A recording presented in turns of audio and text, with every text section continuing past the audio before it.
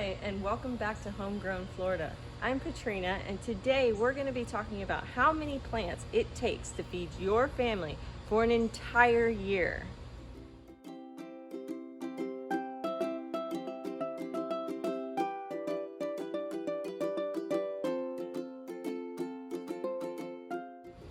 Before we jump into the number of plants that are going to be needed to be completely self-sufficient for your family, let's talk about a few considerations. Number one, the style and size of your garden. Did you know that it takes approximately 150 square feet of garden space to feed one person? That means for a family of 4, you need 600 square feet of garden space, which also equates to 18 8x4 garden beds. That's a lot. Depending on the style of gardening that you do will depend on how much garden space you will actually need. So traditional gardening uses rows with walkways in the center. The problem with that is they do take up more space, as well as the walkways cause compression, and compression causes a 50% less yield for crops. Another option besides doing an in-ground traditional garden style is to do something like these raised beds behind me. You don't have to worry about compaction because raised beds are not walked inside of, and the dirt tends to stay fluffier.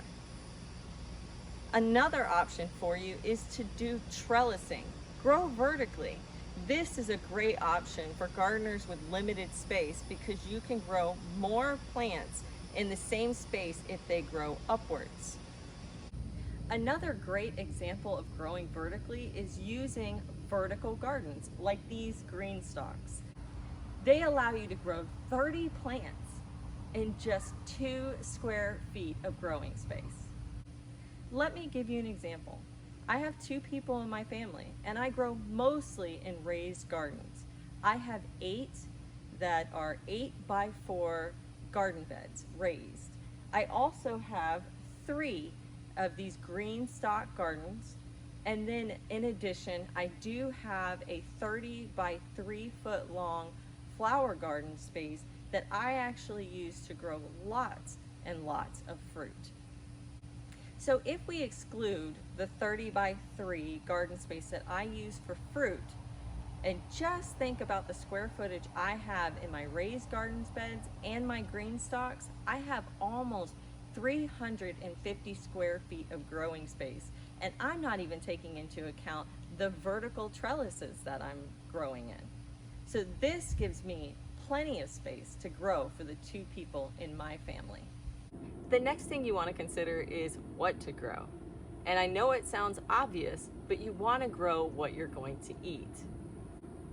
Look at the grocery store and see what are some of the produce that you buy on a regular basis that has the higher costs. If you start planting those in your garden, you're going to get a bigger bang for your buck. Another thing that I don't think many gardeners talk about when they talk about what to grow is considering the amount of time and space a particular plant might require. So I'm going to use garlic as an example. I love growing garlic, but is it really practical for a small garden? Garlic can take 9 months to grow. This means it is taking up precious space in your garden.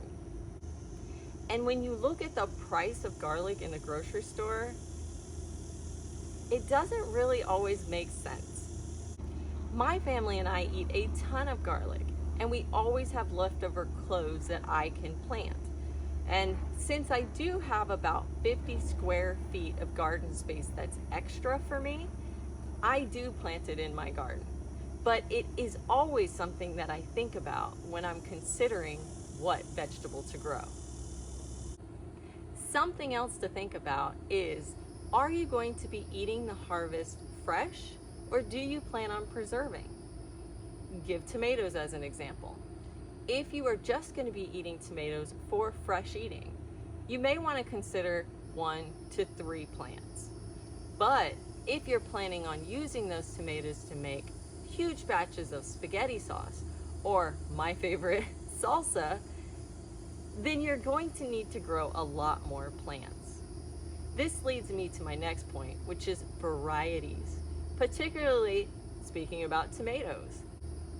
Tomatoes have determinate and indeterminate types of varieties. And what this means is determinate means that a bunch of tomatoes are going to come ready for harvest all at once. And indeterminate means you're going to get a few tomatoes every couple of weeks and they will continue to grow higher, higher, higher. The last thing to consider before we jump into the number of plants needed is your climate.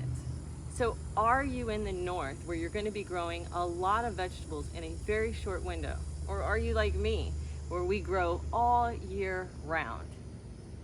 Now, growing all year round sounds like it is amazing, but there are things to consider. Because I never put my garden to bed, I do have to grow certain things at certain times. So, for example, I grow a lot of cover crops during the summer. They are still edible, but it helps give biomass and nutrients to the soil. Most of my cover crops are things like beans and peas, but not your typical beans and peas. They are tropical versions. So I use what I'm able to grow at the time for my climate, and that generally means I have to use different varieties that are maybe not traditional, but still taste just as amazing.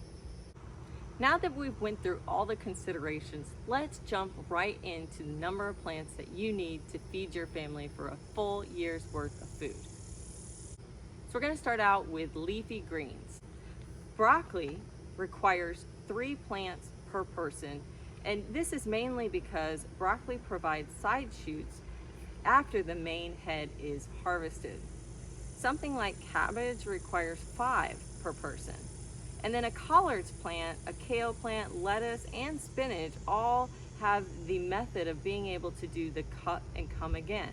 So you need far less plants. Think something like 2 for collards, 4 for kales, 8 for lettuce, and 15 for spinach. For beans and peas, these can vary greatly because pole varieties or trellising varieties require a lot less plants for a higher yield. To grow pole beans, you need 6 plants per person.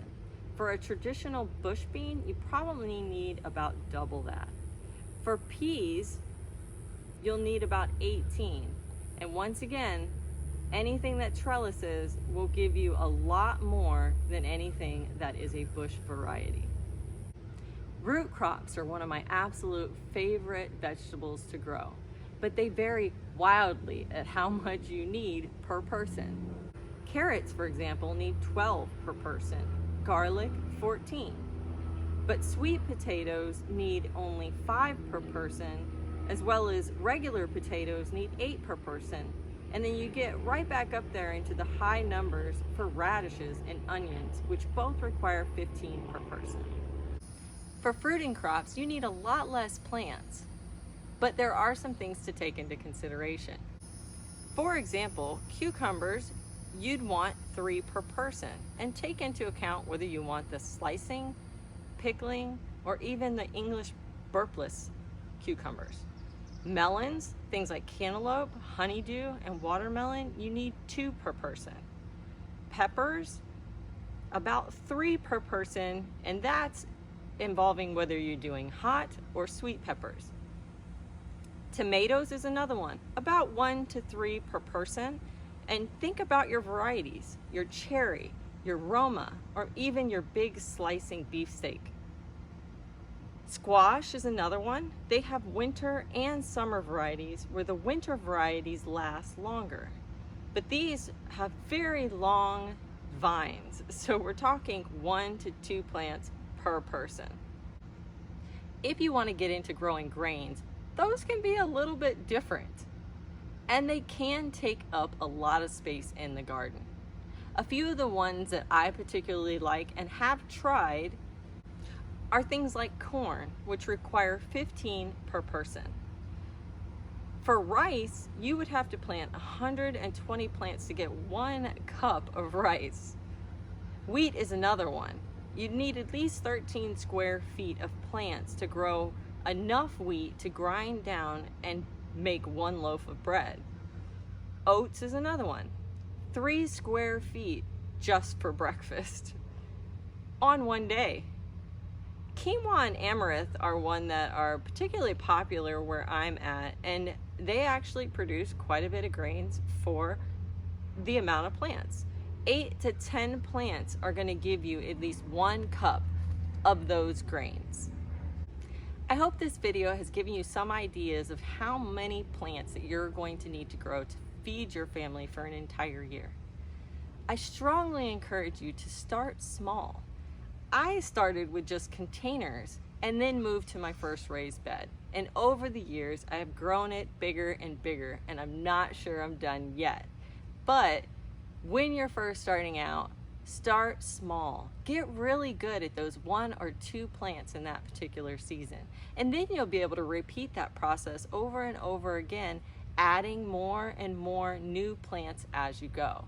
This is the way that I've learned to be the most successful at growing. Thank you so much for watching.